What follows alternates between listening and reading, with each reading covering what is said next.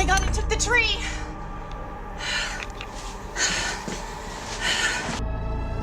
Across northern Mississippi, warning sirens begin to sound.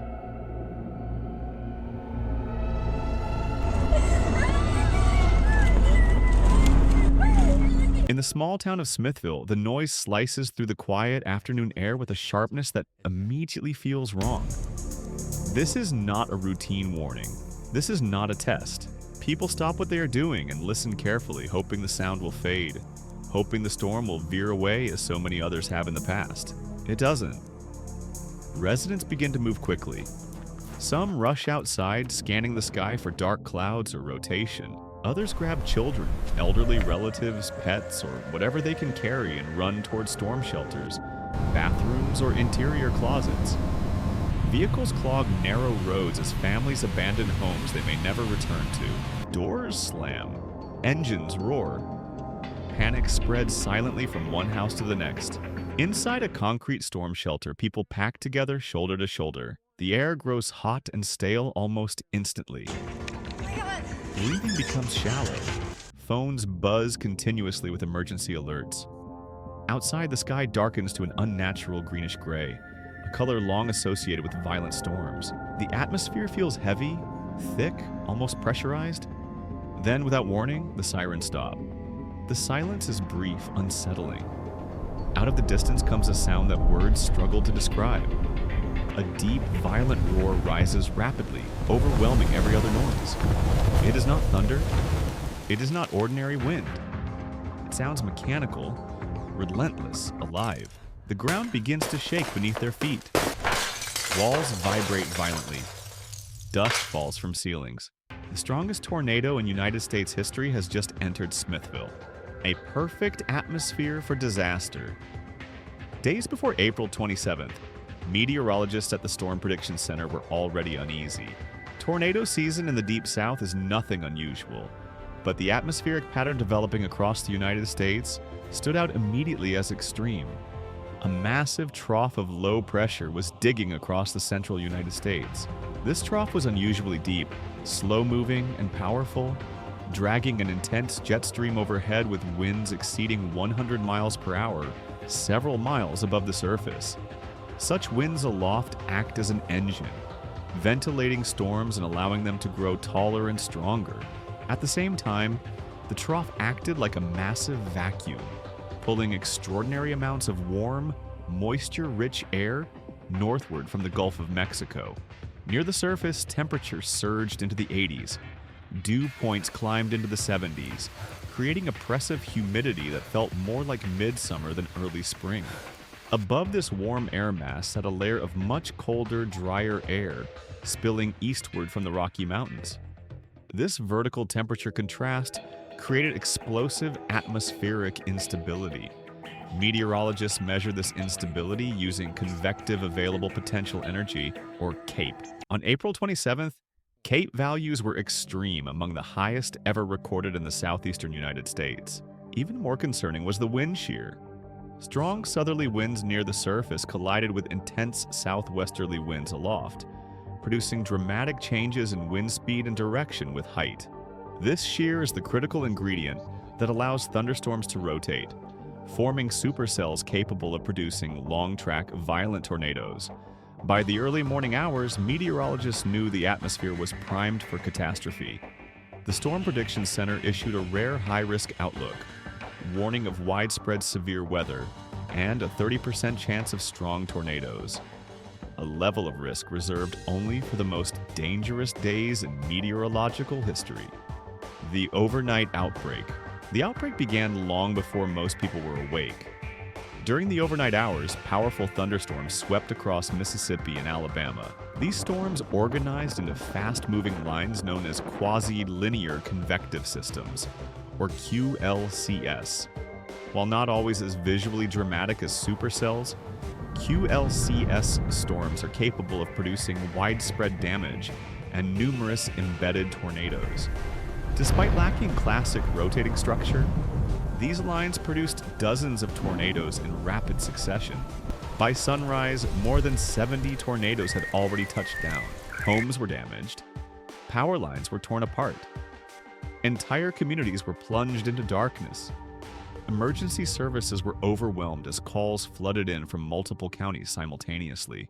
Roads became impassable due to debris, fallen trees, and overturned vehicles.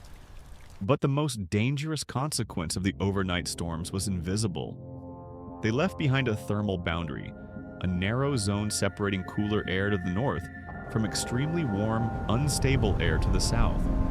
This boundary would later act as a trigger point, dramatically enhancing storm intensity once daytime heating began. Meteorologists feared that the worst was still ahead. They were right. The morning of April 27th, as the sun rose on April 27th, solar heating rapidly destabilized the atmosphere. Warm air surged upward, feeding towering thunderstorm clouds that began forming earlier and stronger than expected. Forecasters reviewed fresh radar scans, weather balloon data, and satellite imagery. Each update painted a more concerning picture than the last. By mid-morning, the Storm Prediction Center upgraded the outlook again, this time to an almost unthinkable 45% chance of strong, long-track, and potentially violent tornadoes. Such an outlook is nearly unprecedented. Even veteran meteorologists struggle to find historical comparisons. Many privately describe the setup as textbook worst case or as bad as it gets. Something extraordinary was coming. The first supercell and tornado. At 10:30 a.m., storms erupted near Monroe, Louisiana. Initially disorganized, they slowly began to merge and intensify as they moved northeast into Mississippi. By early afternoon, one storm clearly separated itself from the rest. A powerful supercell thunderstorm emerged, rotating steadily as it tapped into the explosive atmosphere around it. The storm's updraft strengthened rapidly, spinning faster and growing taller with each passing minute. Just after 3 p.m., a dark funnel appeared beneath the storm base. Within seconds, it touched the ground. At first, the tornado caused only weak damage. Trees snapped. Small structures were damaged. Rural areas absorbed the early impacts. Then everything changed. Within 1 minute, the tornado intensified violently. Mobile homes were completely destroyed. Debris was hurled thousands of feet into the air. Large swaths of forest were flattened as the tornado raced northeast at speeds exceeding 60 miles per hour. As it approached the communities of Anchor and Diceyland, residents began recording. One man, Jay Rogue, filmed the approaching tornado as its roar grew louder and louder. His family fled moments before their home was erased. After causing EF5 damage, the tornado dissipated near Amory, Mississippi, killing 4 people. But the storm itself was far from finished.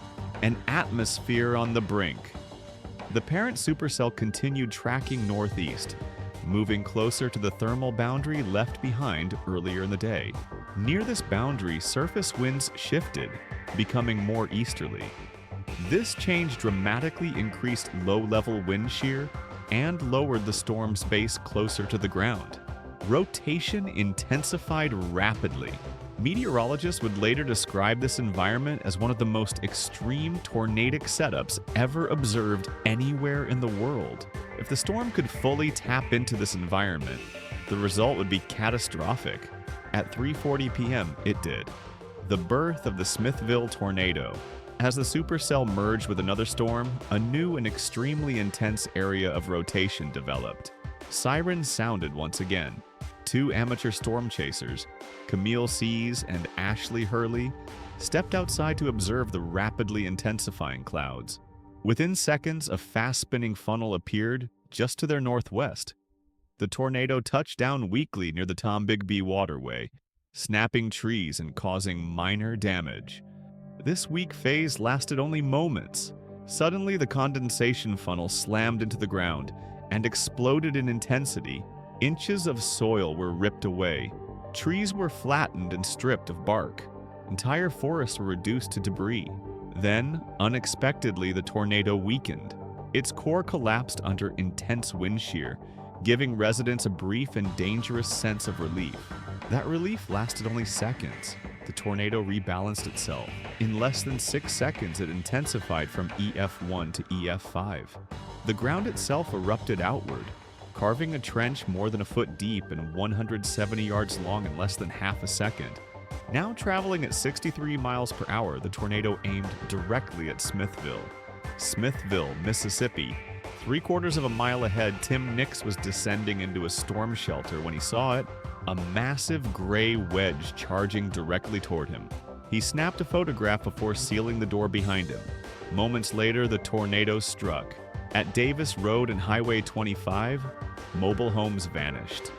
A bed and breakfast disintegrated into fragments. An RV and multiple semi-trucks were lofted into the air as if weightless. One semi-truck carrying steel pipes disappeared entirely, never to be recovered. As the tornado entered Smithville, it expanded rapidly, becoming a massive wedge nearly a mile wide. Homes were pulverized down to their foundations. Streets peeled away. Trees were shredded into splinters. Plumbing was ripped from the ground. Debris filled the air like shrapnel. Survivors later described the sound as a continuous explosion, like a giant hammer striking the earth again and again. In less than 2 minutes, the northern half of Smithville ceased to exist. 16 people were killed inside the town alone. The long track of destruction. After leaving Smithville, the tornado widened even further. Entire forests were flattened. Deep trenches scarred the landscape for miles. The tornado crossed into Alabama, narrowly missing the already devastated town of Hackleburg, before turning toward rural communities near Hamilton. Despite briefly weakening, it regained violent intensity. Along Highway 19, a family home was destroyed, killing 6 people in seconds. Manufactured homes and vehicles vanished as if they had never existed.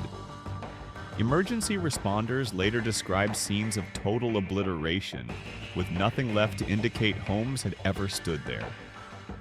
After nearly 40 miles on the ground, the tornado finally dissipated east of Hays, Alabama.